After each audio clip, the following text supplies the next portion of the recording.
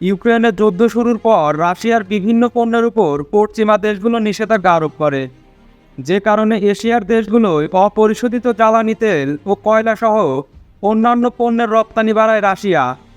বর্তমানে চীনের পর দেশটির দ্বিতীয় বৃহত্তম কয়লার বাজার ভারত।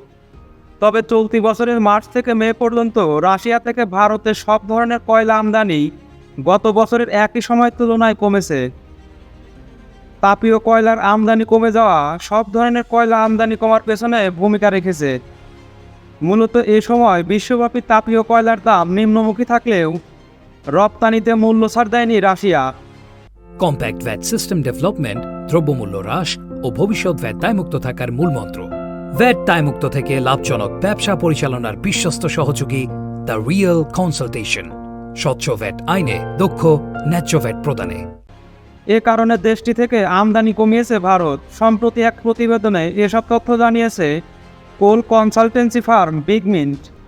ভারত চলতি বছরের মার্চ থেকে মে পর্যন্ত সব ধরনের কয়লা আমদানি গত বছরের একই সময়ের তুলনায় 22.4% কমিয়েছে। গত 3 মাসে দেশটির মোট আমদানির পরিমাণ ছিল 67,60,000 টন।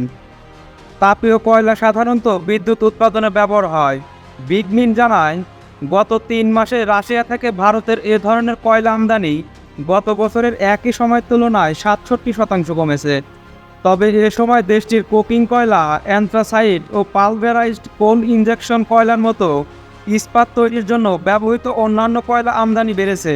এ বিষয়ে ভারতের সিমেন্টের ম্যাটেরিয়ালস ম্যানেজমেন্টের যুগ্ম সভাপতি কেসি গান্ধী বলেন, আমদানি কমানোর প্রধান কারণ কোনো ধরনের নিষেধাজ্ঞা নয়, বরং তাপীয় কয়লার দাম। রাশিয়া থেকে আমদানি খরচ বেড়েছে, যে কারণে দেশটি থেকে আমদানি কমাতে হচ্ছে। ভারত আমদানি কমিয়ে দেওয়ার কারণে এ সময় চীনে কয়লার সরবরাহ বাড়িয়েছে রাশিয়া। মে মাসে দেশটির চীনের কয়লা রপ্তানির পরিমাণ ছিল গত 8 মাসে সর্বোচ্চ। এদিকে কয়লা উত্তোলনের দিক থেকে চীনের পর বিশ্বে শীর্ষস্থান ধরে রেখেছে ভারত। দেশটির চলতি বছরের মে মাসে গত বছরের একই সময়ের তুলনায় 10.15% বেশি কয়লা উত্তোলন করেছে।